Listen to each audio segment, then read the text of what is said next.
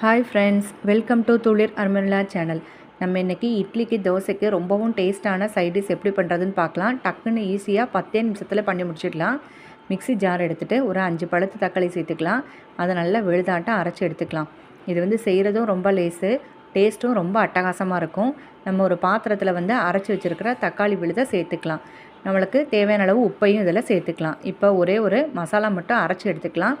ஒரு 4 குட்டி பல்லு பூண்டு, அடுத்து காரத்துக்கு ஏற்ப வரமிளகாய் ஒரு 4, கொஞ்சம் பொட்டுக்கடலை ஒரு 2 ஸ்பூனு, ஒரு தேங்காய் துருவல் ஒரு 5 ஸ்பூனு. இதை மட்டும் அரைச்சி எடுத்தால் போதும்.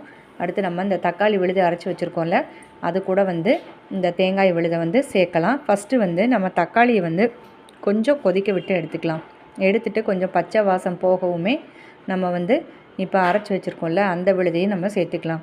இது ரொம்பவும் டேஸ்ட்டாக இருக்கும். இட்லிக்கு தோசைக்கு எல்லாமே செஞ்சு பாருங்கள் ஃப்ரெண்ட்ஸ் ஒரு முறை. இப்போ நம்ம பாத்திரத்தை வச்சிடலாம்.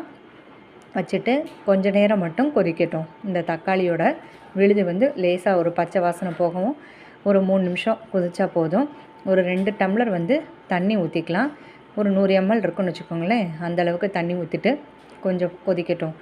நல்லா கொதிக்கவுமே நம்ம இந்த அரைச்சி வச்சுருக்கோம்ல அதையும் தேங்காய், இந்த பொட்டுக்கடலை, வத்தல் இதெல்லாம் போட்டு அரைச்சிருக்கோம்ல அதையும் சேர்த்துக்கலாம்.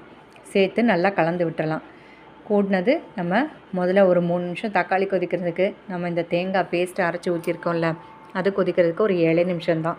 கடைசியாக ஒரு தாளிப்பு மட்டும் கொடுத்துட்டு ஒரு வரமிளகாய் நம்ம அரைச்சிருக்கோம். அதுக்கு பதிலாக இது பச்சை மிளகாய் சேர்த்துட்டு கொஞ்சம் பெருங்காயத்தூள் சேர்த்துட்டு கடுகு உளுந்தம் பருப்பு, கருவேப்பிலை, கொஞ்சம் சின்ன வெங்காயம் இல்லை பெரிய வெங்காயம் இதெல்லாம் சேர்த்துக்கலாம்.